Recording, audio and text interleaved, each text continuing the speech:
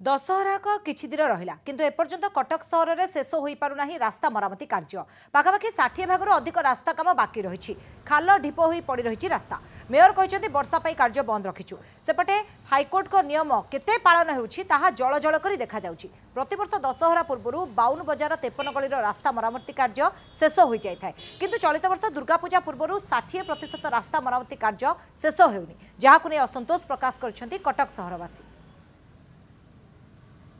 रास्तार खाल खमा परिस्थिति जो भाई एवं अच्छी जदि से भाई रहा तेज निश्चित भाव में कटक बाहर आसुवा लोक मनरे गोटे प्रश्न उठिब कि कटक सहर में होची कौन जो जगह काम होनी से कम को केमती यथाशीघ्र त्वरान्वित कर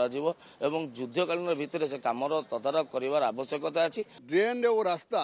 तुरंत करने को आम दाबी जनईले एठाकू सीएमसी कौन कर्तृपक्ष आसुना जहाँफल यह कटकर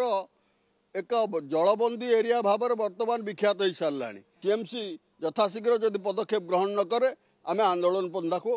आपणु। मेन रोड जहाँ कि गली मानक कौटी है आम गली तो विख्यात जो पानी सब दशहरा पर्यटन जो स्वीपर मैंने अच्छा ता देहमुंड खराब थाईपे कि सी भी तो आसुनी जी आसूची से मेन रोड गला गली गला नहीं कौन दिन ना कमिशनर ना मेयर ना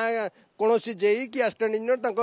आपणकर निर्वाही अधिकारी जे कहीं हेले आसती ना केवल आम जाइलु कौ दिन कौ दिन पानी आम घरे आसी देखी मेयर को बाणी हाइकोर्टर बाणी सब पानी गार